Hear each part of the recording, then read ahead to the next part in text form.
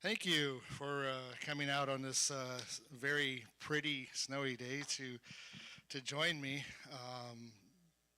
Seems like a snowball fight kind of a day, doesn't it? Yeah, yeah. I'm thankful to be here and to worship with you. And before we move along, I want to show you this picture up here because it's going to help kind of fill our fill in later on. But this is my family, all right? We live in Doylestown, Ohio. We pastored the Doylestown Church for a number of years, and now we just live there. And I want you to kind of be familiar with the people up there because it will come in later. The picture is my family, and if you look on the front, down on the kneeling down front are my two boys. Caleb is in the red; he's 8 years old, and Nate is with the green coat. Nate is 11. They God had an interesting sense of humor and decided to give Meg and I two boys when we entered our 40s. Actually, Meg was 39 when Nate was born, and then a couple years later, Caleb came along, and couldn't give us those boys. We were in our 20s and lots of energy, but there's a lot to deal with there.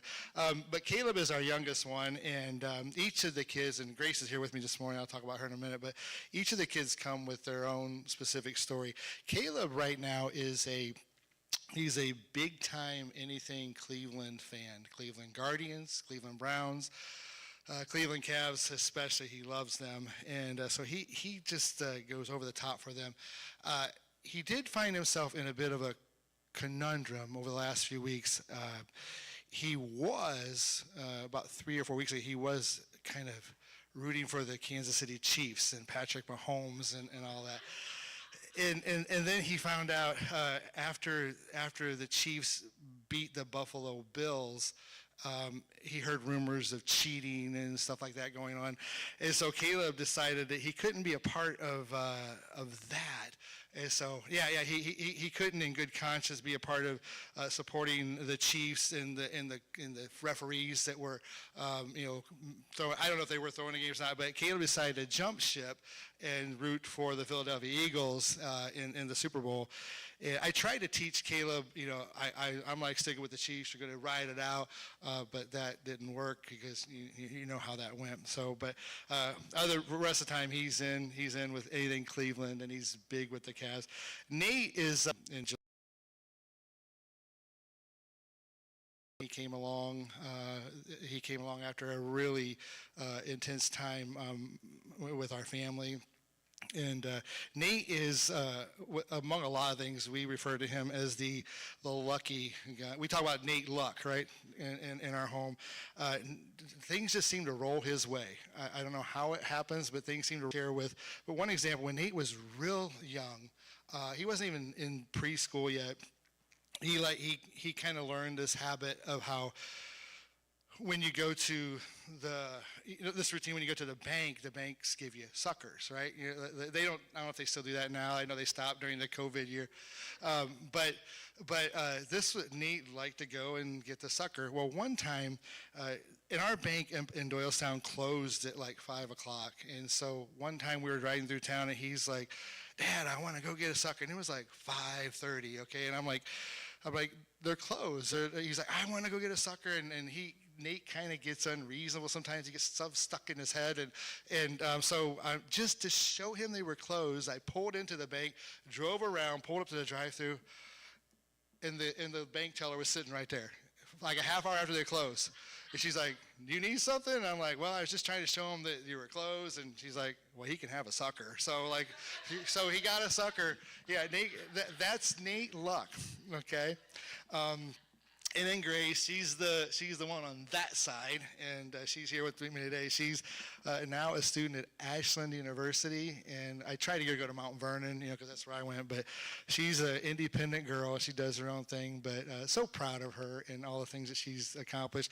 She graduated almost a year ago, and we had a party for her in Doylestown, and there was a lot of people that came to her graduation party, and more than half of them that came were because they knew Grace, not because of me or Meg.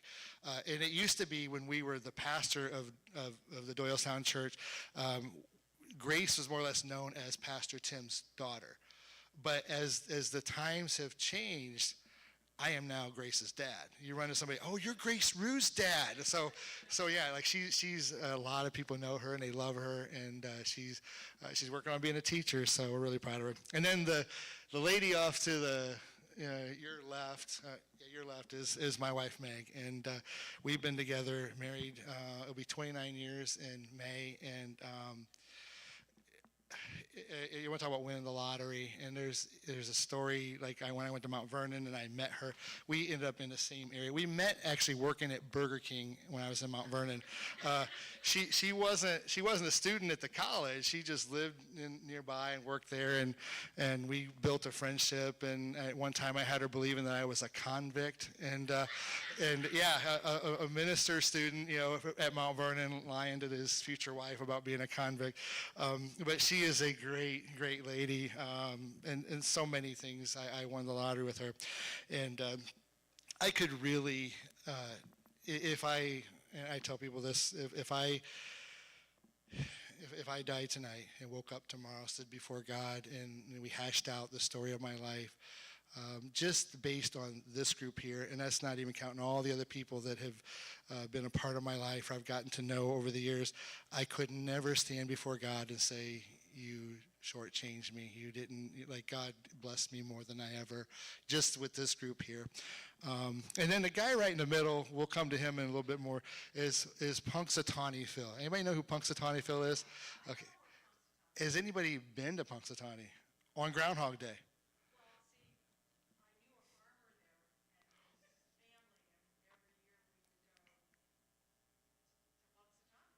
On Groundhog Day? Oh, wow. Then you're in good company, because we were just there 2 weeks ago. I'll come to that in a minute. Oh, it is now. It is now. But we'll come back to that in a minute. But there was many years ago when Grace was little, we actually took this kind of extended weekend trip, and this is where we learned about Punxsutawney. But we spent most of our time around the Pittsburgh area, and we went to a science museum there. Grace was real little again; she was like 3 or 4, and we were at this science museum. There was one of these, I don't know what it's called, but it's like a big kind of a cauldron type thing. It's kind of like a giant funnel, and the idea is you take your quarter and you put your quarter in, and it rolls around the slot, and then it kind of keeps rolling and rolling and rolling and rolling until it finally gets to the bottom and it does this thing. Well, Grace and these couple kids that we didn't know were kind of moving around there. And looking at it, and I thought, well, I'll kind of show them what this thing is about. And so I did. I went over and I fished in my pocket and took a quarter out, and I put it in the little slot, and then it began to roll around and around and around and around.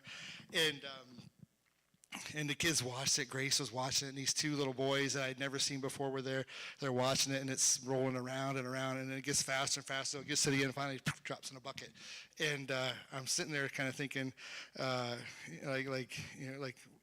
look it up, wait for the response. I thought I'd be like, hey, that's really cool, or neato, or something. The one boy looks up to me and says, you just wasted a quarter. The text I want to draw from this morning is 1 Corinthians chapter 15, verses 12 through 20. And kind of like that kid, there's some logic here, and we'll kind of flesh it out today. 1 Corinthians chapter 15, verses 12 through 20. Now, if Christ is proclaimed as raised from the dead, how can some of you say that there is no resurrection of the dead? If there is no resurrection of the dead, then Christ has not been raised. And if Christ has not been raised, then our proclamation is in vain, and your faith is in vain. We are found to be misrepresenting God because we testified of God that he raised Christ, whom he did not raise, if it is true that the dead are not raised. For if the dead are not raised, then Christ has not been raised. If Christ has not been raised, then your faith is futile, and you're still in your sins. Then those who have died in Christ have all perished. If for this life only we have hoped in Christ, we are of all people to be most pitied.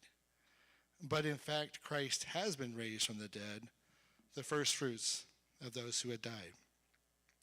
In the same way that that kid made a logical point to me about wasting a quarter, so too Paul makes this logical observation to his friends in Corinth. The subject matter of Corinthians is kind of like all over the place, but there's a lot of different challenges that's going on in the Corinthian church. And one of those was the subject matter of the resurrection of Christ. Not a quarter in a cauldron, but the resurrection of Christ in our faith.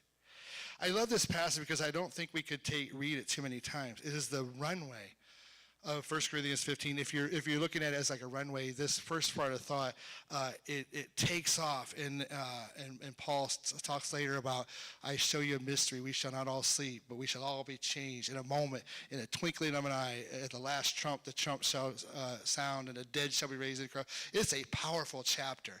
Like, I don't think we could read this chapter too many times, but somewhere in the Corinthian church, somebody in this church seemed to sort of want to kind of rationalize the faith and take it all out and saying something along the lines like, okay, that probably was what they were saying, but we know that people aren't raised from the dead. And somebody was sort of planting these seeds. We know that people can't be raised from the dead, and therefore, since we know that, it didn't happen to Christ. And this sort of logic is they're trying to push it in there. But Paul pushes back in this letter saying, then if Christ is not raised, then not everything is in vain. Paul responds by saying, if this is the case, if Christ is not raised, then we are all wasting each other's time. If Jesus is not raised, then none of what we do in worship or prayer or life or faith makes sense. If Jesus is not raised, there is no hope for anyone. This is sort of my unpacking of what he's saying. If Jesus is not raised, then we are fools even to crawl out of bed in the morning. Because if Christ is not raised, then the seriousness of life must be taken seriously. There's no room for joy or humor or silliness. If Jesus is not raised, then winners are winners and losers are losers. And there's a vast difference between the two. If Jesus is not raised, then the hungry remain hungry, and the blind remain blind, and the broken remain in pieces. If Jesus is not raised, there is no resurrection of the dead. And our hope is only in this life. Paul says we are of all people the ones to be most pitied. But he concludes that by saying Christ was raised from the dead. He is the first fruits of those who have died. Indeed, the resurrection of Christ is not only essential for our salvation, but for our growth. I know Pastor Phil said he was going to be talking to you guys about a growth this month, and I want to keep that in mind as we go through this. But that is a very valid point for growth. Now, our family isn't much of the pioneering type. I want to shift back to and then tie this all together. But our family isn't really much of the pioneering type, the picture you just saw up there, meaning that most of the things that we do, somebody we know has done them before us. We're just not the pioneering type. Somebody does this, and then we'll try it after that. But 2 weeks ago on Sunday morning, on Groundhog Day, 2 weeks ago, February 22nd, 2025, at approximately 4 a.m., we rolled into Punxsutawney, Pennsylvania. Yeah, it was early. It was real early. The home of renowned meteorologist Punxsutawney Phil. Not Pastor Phil, but Punxsutawney Phil. Phil is both aged and wise, okay? He is over 130 years old, and his accuracy on predicting the weather is unmatched, okay? He is 101% accurate. Whatever happens, Phil, the groundhog, is always right on his prediction, okay? Don't let folks tell you that he's been replaced 30 times or whatever over these years, and don't let folks tell you that if you do the math, that he's only right like 40% of the time. They just can't handle Phil's popularity. That's what you call fake news, okay? Phil is always right. Okay, but let me digress a little bit to tell you how this plan formed. About 15 years ago, when we were in Pennsylvania, the boys hadn't been born yet. We spent most of our time around the Pittsburgh area that weekend, but one particular day, we took this drive out to Punxsutawney. We didn't even know about Punxsutawney at the time. We just, we were on this drive, and then we saw this sign, and then we saw the home of Punxsutawney Phil, the Groundhog Day, and we ended up in the town, and we drove around the town, and we learned the tradition of the town. We learned that these folks took a theme and ran with it, okay? There are statues of groundhogs everywhere. There's all different kinds of things that are tribute to the groundhog. We stopped and saw somebody, and a lady was telling us about like a shop that they have music and vendors, and churches have breakfast, and they have like the movie Groundhog Day, which really put this thing on the map with Bill Murray, it's like shown throughout the day. So we just kind of enjoyed the town. We went over. We found out that the town budgets, like, at least at that time, there's like 3 different caretakers that take care of this groundhog, and he goes to different churches and nursing homes and places like that. We took a drive out to Gobbler's Knob, and Grace and I, we went, and there was nobody there. This was like August, so nobody was there. So we went out to Gobbler's Knob, and we went down, and we actually got to stand on the stage where they did all the prognostication. And there's this great big stump that underneath is where Phil is sleeping, and they rap on the door, and we got to stand there, and it was really cool. And we learned about the pilgrimage every year that people go out there to that very spot to hear what Phil has to say. I remember telling Meg when we were there, like, people are gonna think we worship the groundhog. Think about 100 years down the road when they look back on our society, it'll be like, those people actually went to this place to hear what the groundhog would have to tell them about the weather. But on this day, we thought it was really fascinating. And it was on that day when Meg decided that someday we needed to go there on Groundhog Day. And I don't know what it was about cabin, but you got to know Meg. Meg likes to do silly stuff, okay? But she decided we need to go there on Groundhog Day. Year after year, it just never seemed to work out. During the week, it just wasn't working with school, and then weekends, sometimes I had things going on. It just didn't really work out until this year. All the timing seemed to be working where I was not working, and we decided, we're going to skip church, just to go check this out. So she booked us a room about 3 months ago, and the closest place she could find a room was an hour and 15 minutes away. Yeah. These people are like, they plan ahead of time. So an hour and 15 minutes away. So we left on Saturday morning. We got up on Saturday morning, and we drove to Punxsutawney, okay? We drove around and spent some time there, and it was already beginning to be cold there.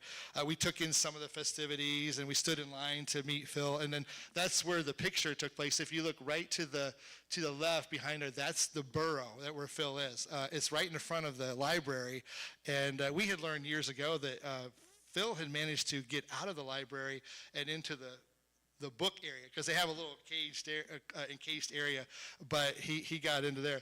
So Saturday, we took a drive to Punxsutawney and took in some of the festivities, and in the one area it's like an old school, and we could go sit, and they just show Groundhog Day on a loop. So we watched like the first half hour just to warm up, because it was starting to get cold then. And then after we took in the festivities, we drove back to our room, which was closer to Pittsburgh, and went to bed.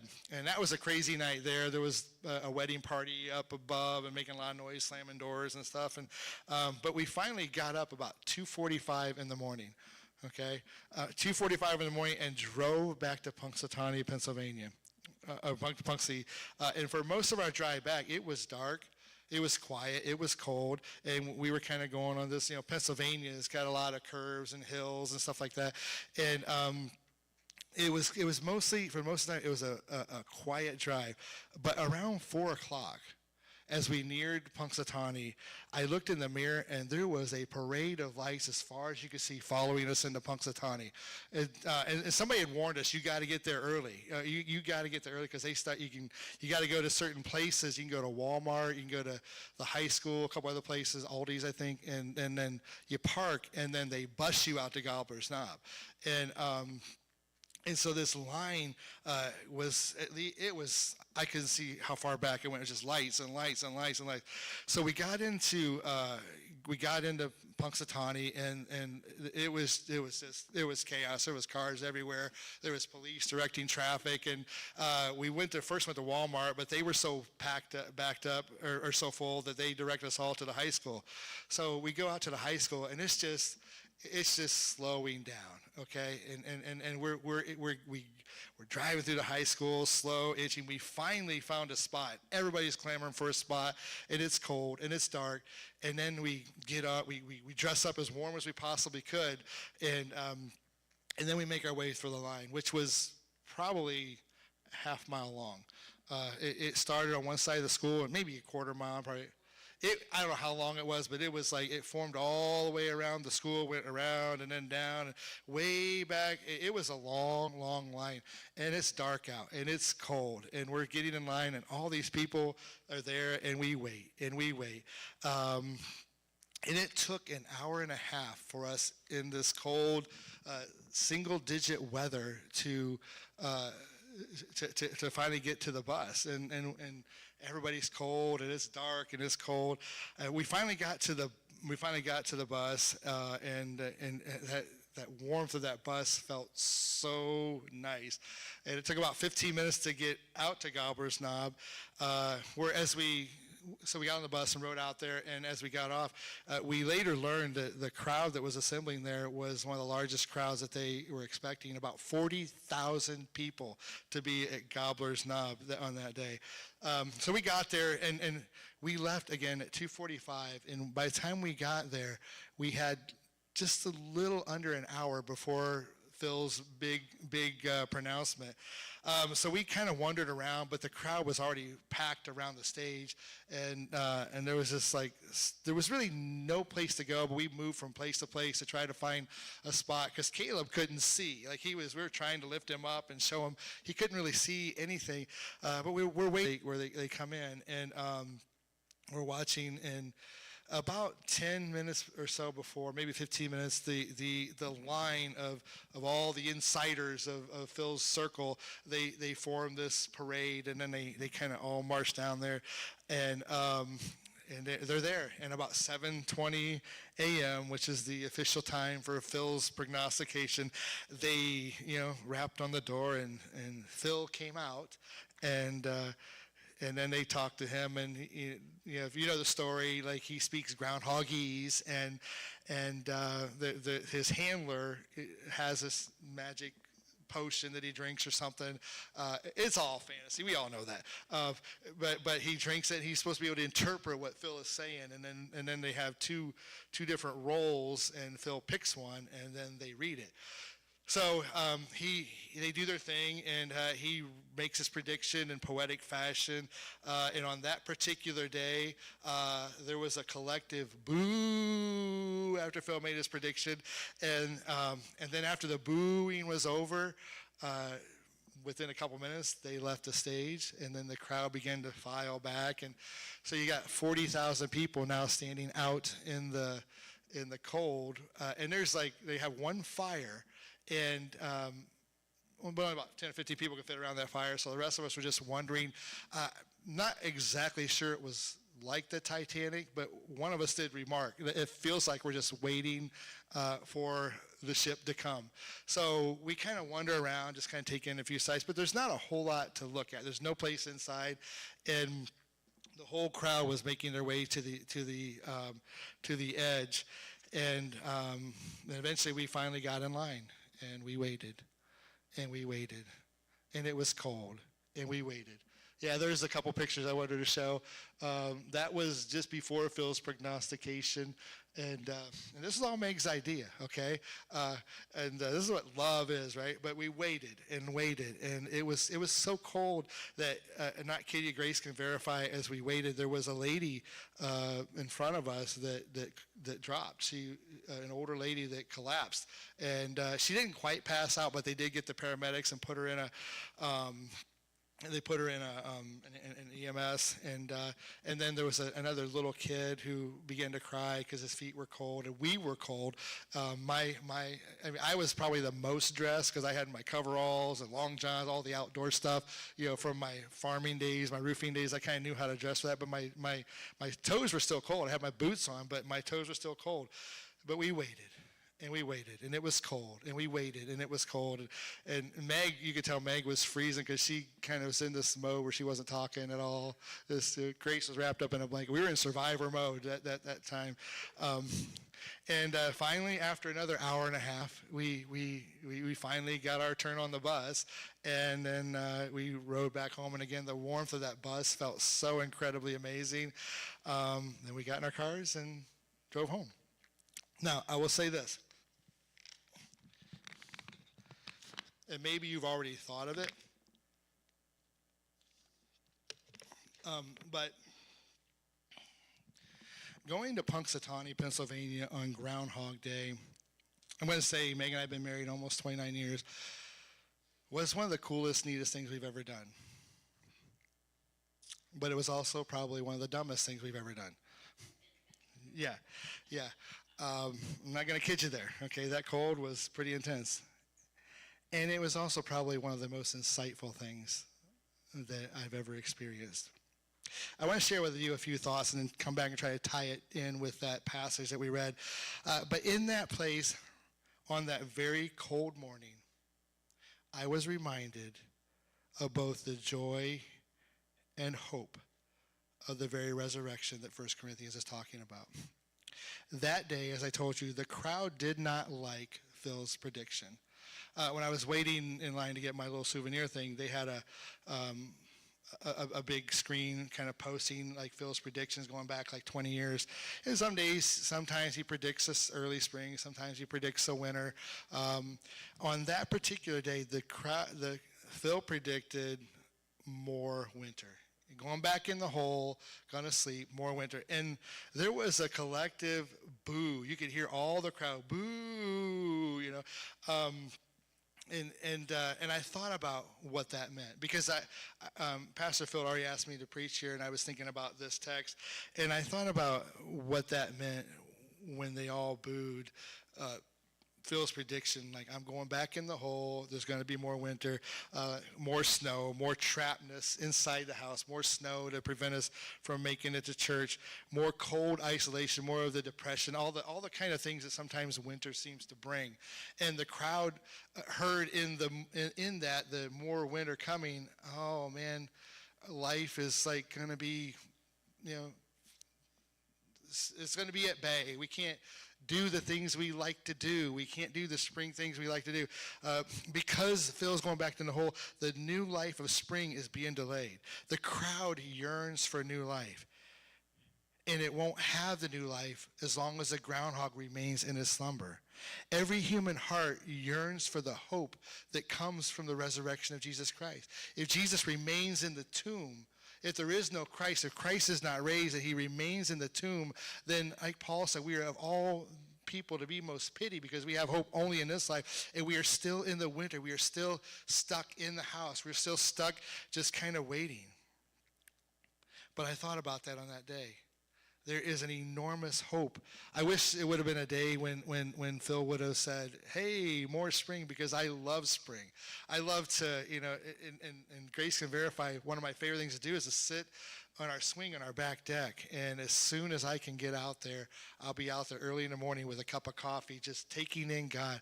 But the winter makes it hard to do. I've tried it, okay? I've tried. It's just too impossible to do. But when spring comes, I'll be out there. In early morning, I'll hear the birds start singing, and then we'll see the squirrels, all the things that come with spring, this new life that comes, that the resurrection kind of promises hope of, that there's a new creation, new life. But in that place on that morning, I was reminded of both the joy and hope of the resurrection of Christ. The second thing that I learned from inside of God was because we were there, I experienced goodness from a lot of people who were also there. And again, if you don't believe me, Grace can verify any of this. We all knew this whole thing was a joke.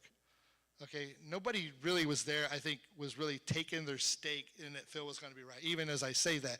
Like, we all know, I know, we looked it up, I know, like, there is some agricultural roots going back somewhere that people did look to the groundhog and like his, like, as sort of a sign of spring. But we all knew that, like, what we're doing there in Punxsutawney, Pennsylvania was a joke. It was a crowd, just like any other crowd that you're a part of, and you know how crowds can be stressful. And then you get in crowds and people can kind of be rude and kind of be and we were cold that day, okay? No one there really believed that what the groundhog knew what he's talking about, and no one was being there against their will. But on that particular day, we did not encounter one single mean soul. Are you kidding? We were all freezing to death. Like we could not feel our extremities. People were dropping. The little kids were crying. And even the parents of that little kid, and I wanted to be like, give them my spot, but we were like 10 spots behind them, so that wouldn't have helped them at all. You know, but I wanted to be like somebody, but everybody patiently waited their turn. Everyone was there. It was crowd. Everyone was cold. Everyone was tired, had gotten up early like us. Everyone wanted to get back to their cars. And if anyone believed Phil was right about more winter, their negativity did not show up in their treatment of others. And there's something to be said about that. No one was pushing to get ahead in line, but everyone in lines was both friendly and happy and excited about being there. It's like we all knew that we were in this together, and the best way to get through it was to be kind to each other. And there's something powerful in that from the resurrection story. One lady in line, as we were waiting early that morning, who we never knew, gave each of the boys a glove that was shaped like a groundhog paw. Kind of cool. Kind of cool. We chatted with strangers and learned about their pilgrimage right in front of us in line on the way going to it at the school. We met this family. There was this young boy who was, I think, 4th grade, a mother, and a grandpa. And we got to talking to them, and where are you from? Wadsworth, Ohio. We're like, we go to Wadsworth. We go to church in Wadsworth. We shop there. We bank there. We do all of our stuff there. And we got to talking to them. And the guy works at Silver Creek. These are people that we, in all the years we have been living in Doylestown and frequenting Wadsworth, we've never run into this family. But out there on that day, Groundhog Day, we ran into some really nice people that were good people that were a part of the same crazy thing we were a part of. There's some guys that drove from Dayton. It was a warming reality in a time when our cultural tendency is just to tell us to have a pretty much a negative attitude or distrusting attitude towards everybody. You know, it wasn't there that day. And I think there's there's something to be said about the resurrection of Christ. If we have this faith and it's alive, and if Jesus has come out of the tomb and he's alive, then all the things that want to make us distrust or push people aside or not embrace them, they go away. Because if God can raise Jesus from the dead, then what relationship can't be repaired? What brokenness cannot be healed? It says so much. But we saw the goodness of people that day, and the resurrection reminds us that Jesus sees goodness in all of us. Because we were there, we watched the movie Groundhog Day. How many of you have actually seen Groundhog Day from beginning to end? I hadn't seen it completely through. I'd only seen bits and pieces of it. If you know it, then you know the premise is that of a man who is kind of full of himself. And Bill Murray does a great job of this egocentrical character that he's got a lousy attitude, and he kind of gets stuck living the same day over and over, and he wakes up and it's the same day. He wakes up and it's Groundhog Day, and he's stuck in Punxsutawney. He doesn't want to be there, wants to get out, and then he's just there. at the same time, he goes through the same routine, runs into the same people, has the same conversations. At first, it's really weird, which would be, you wake up as the same day and the same things are happening. He gets anxious, and he feels like he's hopelessly trapped into this cycle where every day is the same day. He runs into the same people. But somewhere in the story, he comes to realize that there might be something liberating about this. Where he got it wrong yesterday, he has a chance to get it right today. Where he said the wrong thing or did the wrong thing or did something, he has a chance to help someone today. Where yesterday he did something that was about himself, he has a chance to do something today about somebody else. There's something liberating in that idea for you, because the resurrection of Christ is not for just Jesus. It's doing the thing for us.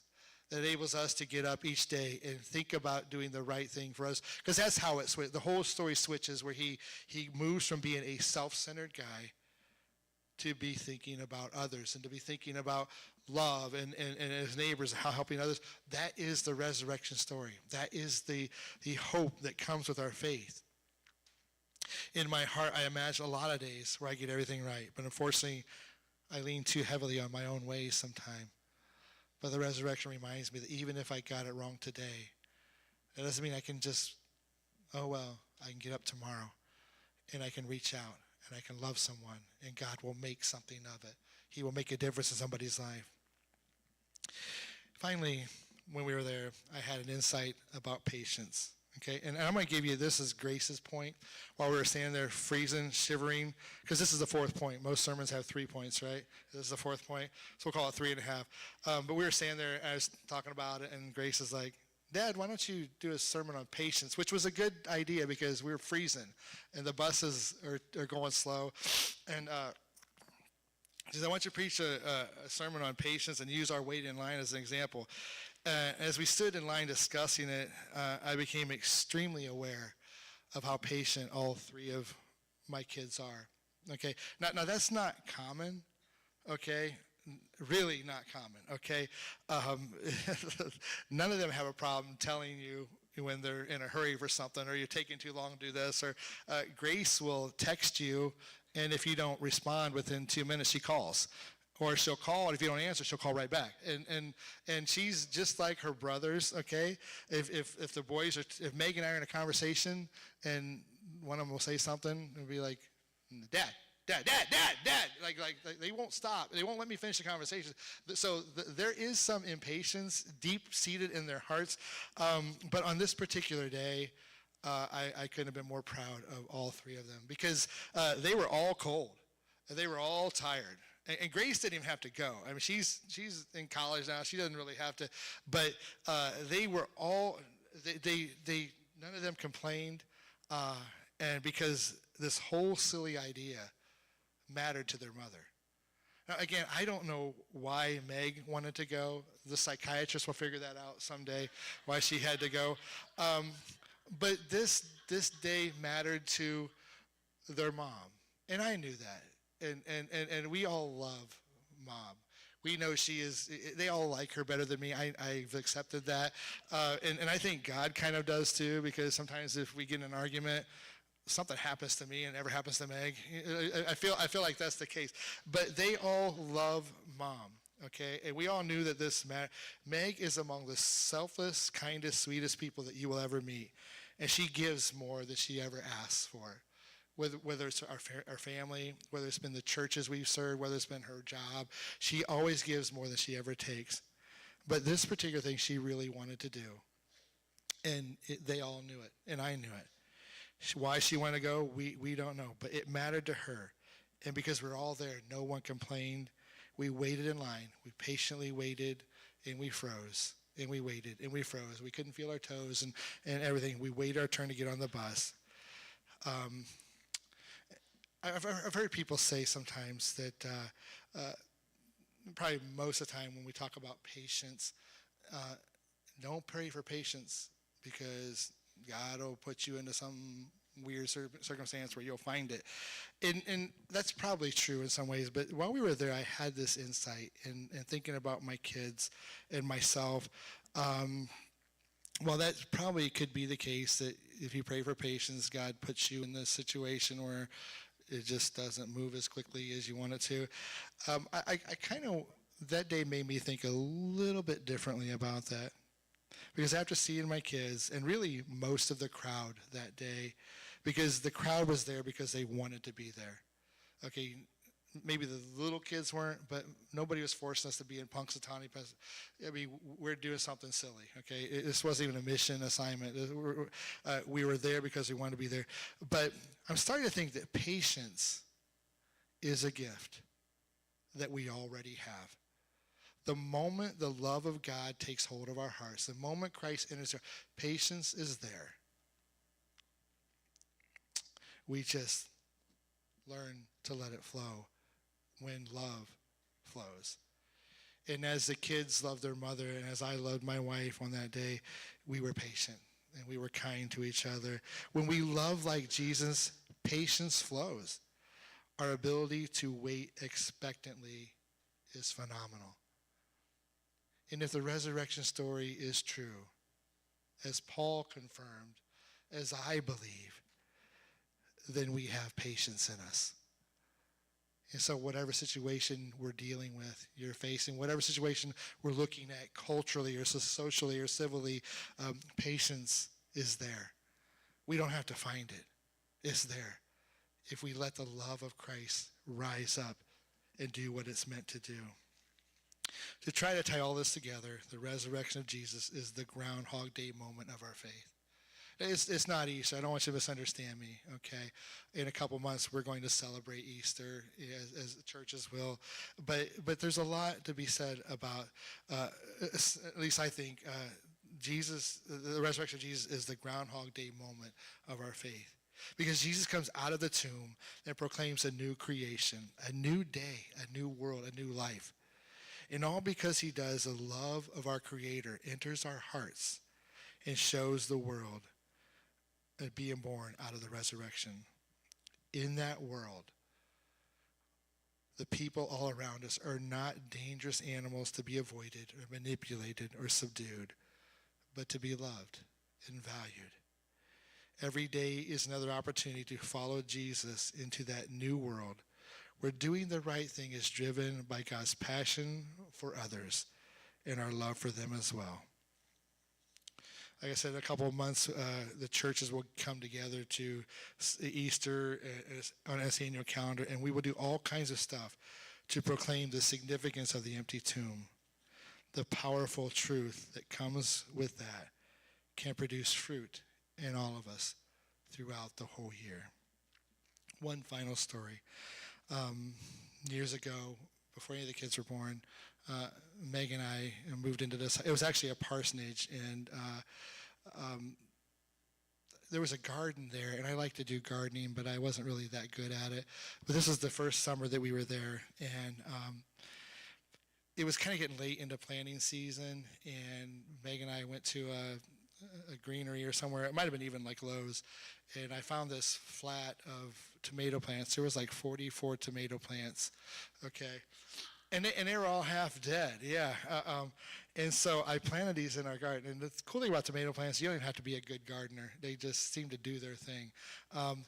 But what I didn't know was the year before when my friend, who was our predecessor at that church, I didn't know that year before he moved, he had gone out and sprayed like a bunch of Miracle-Gro and stuff. So it was like embedded in the soil.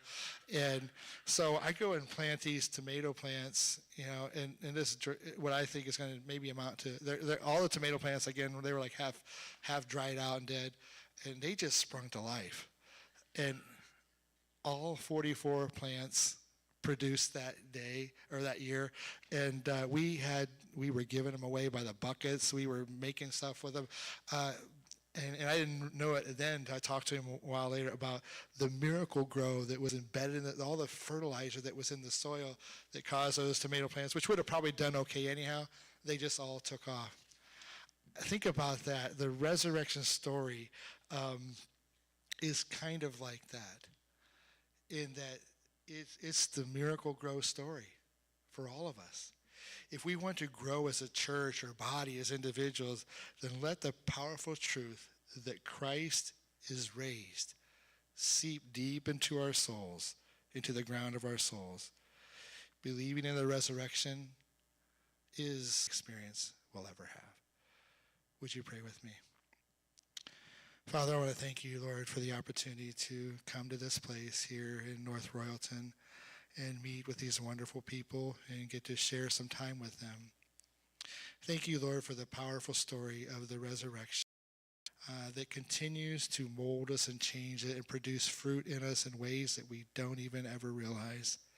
God, I pray that you will not just let us take hold of this truth, but I pray that, Lord, somehow this truth will take hold of us and in it produce a fruit that makes a difference in the lives of those around us, that springs to life the dead plants as we find them.